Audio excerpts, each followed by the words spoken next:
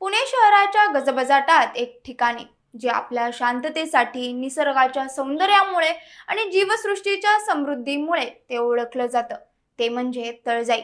तळजाईच्या पायथ्याशी एक भक्कम संरक्षक भिंत बांधण्यात आली आहे, जी तळजाईला सुरक्षित ठेवण्यासाठी महत्त्वपूर्ण ठरली आहे. ही भिंत एकच उद्देश साधते: तळजाई जैवविविधतेचे रक्षण करणं आणि त्याचा नाश होऊ न देणं.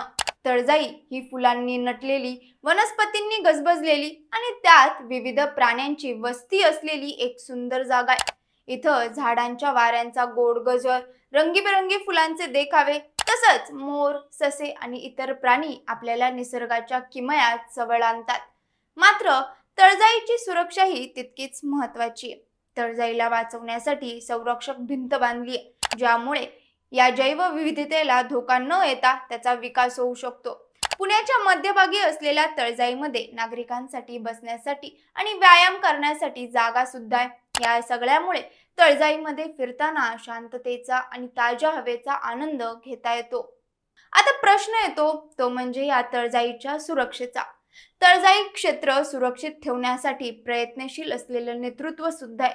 आमदार माधुरी मिसाळ यांचे नेतृत्व या संरक्षणाच्या कामात खूप महत्त्वपूर्ण ठरलंय.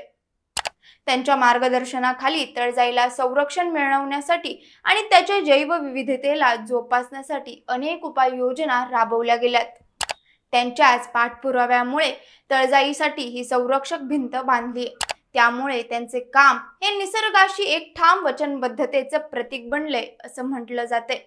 तळजाईची जैवविविधता, तिचे वनस्पती, प्राणी आणि इतर एकत्र जपण्यासाठी या भिंतीचा ठोस आधार आहे. तळजाई कधीच संपणार नाही, कारण ती जपण्यासाठी भक्कम असं नेतृत्व आमदार माधुरी मिसाळ तिथं आहेत असं सुद्धा म्हटलं जाते.